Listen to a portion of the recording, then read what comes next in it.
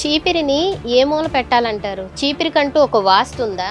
లేదా ఈ ప్లేస్‌లోనే పెట్టాలి అంటూ ఏమైనా ఉందా? ప్రతి వస్తువుకి ఒక గొప్పతనం, ప్రతి వస్తువుకి ఆధ్యాత్మికత ఉన్నాయి.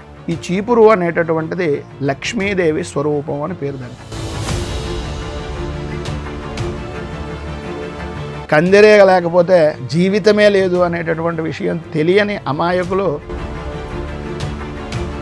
నిజంగా పితృశాపాలు ఉంటాయా? అసలు ఉంటే అవి ఎలా వస్తాయి? ప్రధానంగా పితృశాపాలు అనేటటువంటి విషయం గురించి చూసుకున్నట్లయితే ప్రతిదానికి సంబంధించినటువంటి శాపాలు గ్రహజాతకంలో ఒక్కొక్క గడిని అనుసరించి ఒక్కొక్క విధమైనటువంటి విధంగా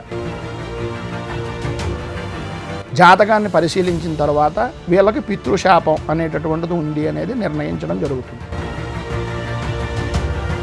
మనం ఒక దేవుని పూజించేటప్పుడు ఈ సమయంలోనే పూజిస్తే మంచి ఫలితం ఉంటుంది అనేవి ఉంటాయా?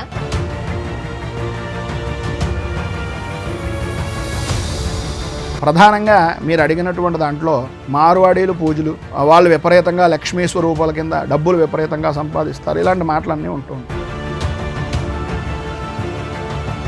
లక్ష్మీదేవిని ఎప్పుడు పూజ చేయాలి అంటే వశీకరణ అనేవి బాగా హల్చల్ అవుతున్నాయి యూట్యూబ్లో. అసలు నిజంగా ఈ వశీకరణ అనేవి ఉన్నాయా? ఆ సెవెంత్ సెన్స్ అనేటటువంటి సినిమాలోను సూర్యాని ఒక అతను మెస్మరైజ్ చేసి అతనికి అనుగుణంగా చూపుతోటి తెప్పించుకునేటటువంటి ప్రక్రియ ఒక పద్ధతుల ప్రకారంగా చెప్పారు. అలాంటివి దీనికి సంబంధించిన పూర్తి వీడియో నెంబర్ 1 ఓటీటీలో డివోషనల్ కేటగిరీ నందు చూడండి. నెంబర్ 1 ఓటీటీను ఇప్పుడే డౌన్లోడ్ చేయండి. అలాగే సబ్స్క్రైబ్ చేసుకోండి.